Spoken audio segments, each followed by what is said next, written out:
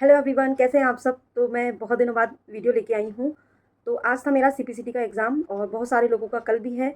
बहुत दिनों बाद मैंने कोई एग्ज़ाम दिया हुआ है और बहुत दिनों से मुझसे लोग पूछ भी रहे थे कि मैं क्या कर रही हूँ। तो ये सब मैं अगली वीडियो में बात करूँगी कि मैं क्या कर रही हूँ, मैंने किस किस एग्ज़ाम की प्रिपरेशन की इस 1 साल के बीच में। तो वो मैं नेक्स्ट वीडियो में लेके आऊँगी। आज सीपीसीटी का एग्ज़ाम था और बहुत सारे लोग मुझसे जुड़े थे। तो मैं सीपीसीटी के एग्ज़ाम की इन्फॉर्मेशन लेके आई हूँ आज कि सीपीसीटी में किस टाइप के क्वेश्चन आए थे और उसका मतलब पेपर एग्ज़ाम कैसा था, ईज़ी था, मॉडरेट था या टफ़ था। तो एग्ज़ाम मैं बताती हूँ, एग्ज़ाम ईज़ी नहीं था और टफ़ भी नहीं था, मॉडरेट था। उसमें कोई भी क्वेश्चन ऐसे बहुत आसानी से तो नहीं पूछा गया था। क्वेश्चन ईज़ी थे लेकिन लैंग्वेज थोड़ी-सी टफ़ थी। जैसा कि हर पेपर में आजकल होता है, क्योंकि ऐसा लैंग्वेज टफ़ किस लिए होती है अभी, क्योंकि पहले जो पेपर होते थे वो कोई भी बनाता था तो वो लास्ट ईयर किसी बुक से या किसी प्रीवियस ईयर पेपर से, किसी भी एग्ज़ाम पेपर से वो कॉपी किए जाते थे एग्ज़ाम। और बच्चे क्या करते थे, सारे प्रीवियस ईयर पेपर पढ़ के और उनको रट लेते थे, बिल्कुल रट्टा मार लेते थे। लेकिन अभी क्या होता है, एआई से पेपर बनते हैं और एआई अपनी लैंग्वेज से पेपर बनाता है। तो उसमें आप कितना भी रट्टा मारोगे, किसी भी चीज़ का रट्टा मारोगे, कहीं न कहीं 1-2 क्वेश्चन और मतलब सारे क्वेश्चन ऐसे फँसते हैं जो आपके दिमाग को घुमा के रख देते हैं और टाइम कंज्यूमिंग होते हैं। तो ऐसा ही सीपीसीटी में भी हुआ। कोई भी क्वेश्चन मुझे ऐसा नहीं लग रहा था कि मतलब एज़ इट इज़ आ गया है। 4 या 5 क्वेश्चन ऐसे होंगे बिल्कुल एज़ इट इज़ वाले, जैसे कि मैं बताती हूँ, मैंने लिखा है कि कौन-कौन से क्वेश्चन आए थे। तो सबसे पहले हम बात करते हैं मैथ्स की। मैथ्स ईज़ी थी और उसमें ज़्यादा टॉपिक कवर नहीं किए गए थे। जैसे कि 6 क्वेश्चन आते हैं मैथ्स के, तो 6 क्वेश्चन 6 अलग-अलग टॉपिक से लिए गए थे। एक एक क्वेश्चन था एसआई से, एक था डिस्काउंट से, एक था प्रॉफिट एंड लॉस से और एक था प्रोबेबिलिटी से और एक था एरिया ऑफ ट्रायंगल से। और एक क्वेश्चन शायद उसका था वो एलसीएम वाला कुछ, याद नहीं है मुझे एक क्वेश्चन, क्योंकि वो मैथ्स मैं लास्ट में अटेम्प्ट करती हूँ हर एग्ज़ाम में, तो मेरा वो जल्दी-जल्दी में ही मुझे करना पड़ता है। तो 5 क्वेश्चन ये थे। तो आप लोग को बहुत ज़्यादा मैथ्स पढ़ने की ज़रूरत नहीं है, क्योंकि मैथ्स में वो अलग-अलग शिफ्ट में अलग-अलग टॉपिक दे रहा है। जैसे कि कल वाली शिफ्ट में वो पूछा गया था, सिम्प्लिफिकेशन बहुत पूछा था। आज एक किसी भी टॉपिक में सिम्प्लिफिकेशन नहीं था। सारे वो बोलते हैं ना वर्डिंग वाले क्वेश्चन थे। तो ये सारे जो क्वेश्चन थे वो आपको पढ़ के आंसर देने थे, ऐसे कैलकुलेशन वाले नहीं थे। ठीक है? अब हम बात करते हैं अनसीन पेसेस की। अनसीन पेसेस ईज़ी था, क्वेश्चन ईज़ी थे, लेकिन उसमें भी उसने 1-2 क्वेश्चन ऐसे पूछे थे जो गद्यांश में डायरेक्टली नहीं मिल रहे थे। उसमें अपना लॉजिक लगा के, अपना दिमाग लगा के उसका आंसर करना था। तो अनसीन पेसेस ईज़ी नहीं था, मतलब ईज़ी था, लेकिन लॉजिक लगाना पड़ रहा था उसमें। ऐसा नहीं कि आपको सिंपली यहाँ पे क्वेश्चन पढ़ा, यहाँ पे आंसर पढ़ा, ऐसा मिल जाएगा, ऐसा कुछ नहीं मिल रहा था। और रीज़निंग बहुत ज़्यादा ईज़ी थी। रीज़निंग में मतलब आप 5 मिनट में आप 5 क्वेश्चन कर सकते थे, रीज़निंग ऐसी थी। रीज़निंग में आए थे कोडिंग डिकोडिंग के 2 क्वेश्चन, एक था अल्फ़ाबेट सीरीज़ का और एक था ऑड, सॉरी 2 थे ऑड वन आउट के। ऑड वन आउट मतलब ऐसे कि 3 एक जैसी चीज़ दी थी उन्होंने और एक अलग से दिख रहा था कुछ, तो वो कुछ भी दे सकते हैं, क्लासिफिकेशन टाइप होता है वैसा था। और एक था सिटिंग अरेंजमेंट का। सिटिंग अरेंजमेंट बहुत ज़्यादा ईज़ी था। अब आते हैं हम कंप्यूटर पे। कंप्यूटर पे कल कल का मैंने रिव्यू देखा था किसी का कि नंबर सिस्टम के क्वेश्चन आ रहे हैं, बहुत सारे क्वेश्चन आ रहे हैं नंबर सिस्टम के, 5 से 6 क्वेश्चन आ रहे हैं। तो भाई हमारे एग्जाम में नंबर सिस्टम का ओनली एक क्वेश्चन आया था, उसको कन्वर्ट करना था बाइनरी से हेक्साडेसिमल में। तो एक क्वेश्चन था ओनली, बाइनरी से हेक्साडेसिमल था या ऑक्टल से, मुझे भूल गई मैं, हेक्साडेसिमल में कन्वर्ट करना था, इतना याद है मुझे। और बाकी फुल फॉर्म के 2 क्वेश्चन थे। मिडी का फुल फॉर्म पूछा था, एमआईडीआई का, और एक उसका क्वेश्चन पूछा था कुछ एईएस करके, उसका फुल फॉर्म पूछा था। हाँ, सिमेट्रिक और असमेट्रिक के भी क्वेश्चन था उसमें, और शॉर्टकट की के 2 क्वेश्चन थे। और एक्सेल एक्सेल की रो में कितनी, एक्सेल में कितनी रो होती हैं, तो 10,48,576, ये था उसका आंसर।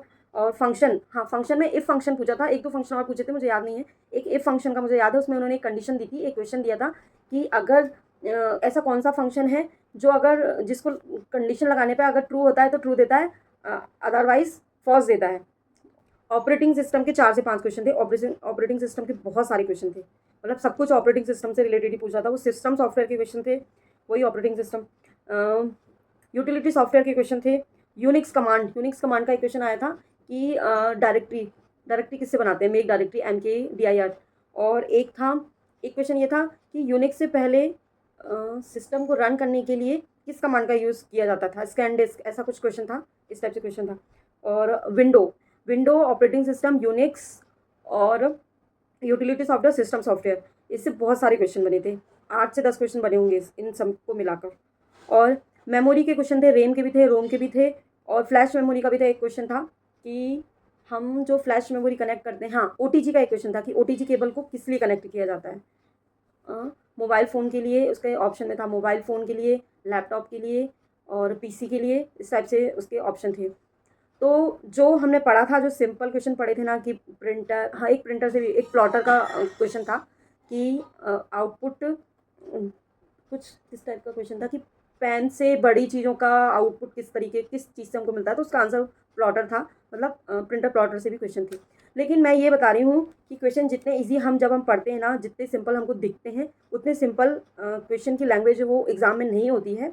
एग्ज़ाम में थोड़ी लैंग्वेज है ना वो घुमा देता है हमको।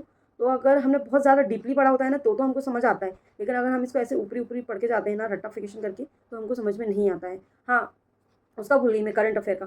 करंट अफेयर बहुत ज़्यादा टफ थी, मेरे को कुछ समझ में नहीं आ रहा था। मुझे बस एक नीति आयोग का क्वेश्चन बनना था। एक नीति आयोग का क्वेश्चन आया था, एक पंचायती राज का आया था, और एक किसी का नाम पूछा था। तो ये पूछा था कि ये लेखक हैं या अंतरिक्ष यात्री हैं, या दो ऑप्शन और थे। तो मुझे ना हमेशा दो ऑप्शन में कन्फ्यूज़न होती है बहुत ज़्यादा हर एग्ज़ाम में। तो इसमें मैंने सब कुछ तुक्का लगाया है करंट अफेयर्स में।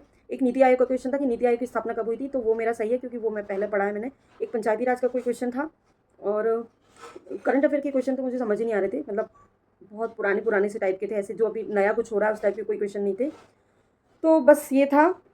रीजनिंग नहीं भी पढ़ोगे तो भी दे दोगे, मैथ्स नहीं भी पढ़ोगे तो भी दे दोगे, ऐसा था। और अनसीन पेसेस अगर आपका लॉजिकल माइंड अच्छा है तो आप कर दोगे। कंप्यूटर, रही बात कंप्यूटर की, तो कंप्यूटर अगर आपने पहले कभी पढ़ा है डीपली तो आप सारे क्वेश्चन अटेम्प्ट कर लोगे। मेरे 52 मार्क्स आए हैं। मैंने 8 दिन पढ़ा है, और 8 दिन में से भी थ्योरी मैंने 1 या 2 घंटे पढ़ी होगी एक दिन में, मतलब बहुत कम पढ़ा है। क्या ओवरऑल अच्छा था पेपर, मॉडरेट था, टफ नहीं था, ईजी नहीं था, मॉडरेट था। देखो आजकल कॉम्पिटिशन इतना बढ़ गया है, कोई भी पेपर ईजी नहीं आता है, टफ ही आते हैं। थियोटिकल बेस्ड क्वेश्चन ज़्यादा थे, प्रैक्टिकल बेस्ड कम थे। जैसे कि सब लोग बोलते हैं कि प्रैक्टिकल बेस्ड क्वेश्चन ज़्यादा आते हैं सीपीसीटी में। मेरा फर्स्ट एक्सपीरियंस था सीपीसीटी का, मैंने इससे पहले कभी सीपीसीटी नहीं दिया है, और मुझे पता भी नहीं था कि मुझे सीपीसीटी देना है। मेरे हस्बैंड ने मुझसे बिना बताए फॉर्म फिल कर दिया था, तो मुझे देना पड़ा क्योंकि पैसे गए थे, और मेरी बिल्कुल भी इच्छा नहीं थी, लेकिन फिर मैंने दे दिया। तो मेरा थ्योरी तो बहुत अच्छा गया मेरा। और आपको कोई भी डाउट आ रहा हो, कुछ पूछना हो, तो आप लोगों से पूछ लीजिएगा कमेंट में, मैं जवाब दे दूँगी। और डरिए मत, पेपर ईजी है, ठीक है, मतलब मॉडरेट है, ज़्यादा ईजी नहीं है, टफ नहीं है। मैथ्स और रीजनिंग की चिंता बिल्कुल छोड़ दीजिए, बहुत ईजी आ रही है। करंट अफेयर्स आप मत पढ़िए, क्योंकि करंट अफेयर में वो कुछ भी पूछेगा तो आप कितना पढ़ोगे, इसलिए उसको छोड़ दीजिए। और आपको अनसीन पढ़ना नहीं है, तो ओनली आपको फोकस करना है कंप्यूटर पे। तो कंप्यूटर में आप मेरी राय मानिए, तो आप चैट जीपीटी से क्वेश्चन पूछ कर पढ़िए, तो ज़्यादा आसान रहेगा। बेसिक इनपुट आउटपुट सिस्टम है, फंडामेंटल है, ये सब ज़्यादा पढ़िए क्योंकि इन सब से क्वेश्चन बन रहे हैं। ऑपरेटिंग सिस्टम बहुत ज़्यादा पढ़िए बस। तो मिलते हैं कल नेक्स्ट वीडियो में, तब तक के लिए bye bye, take care, all the best, thank you all.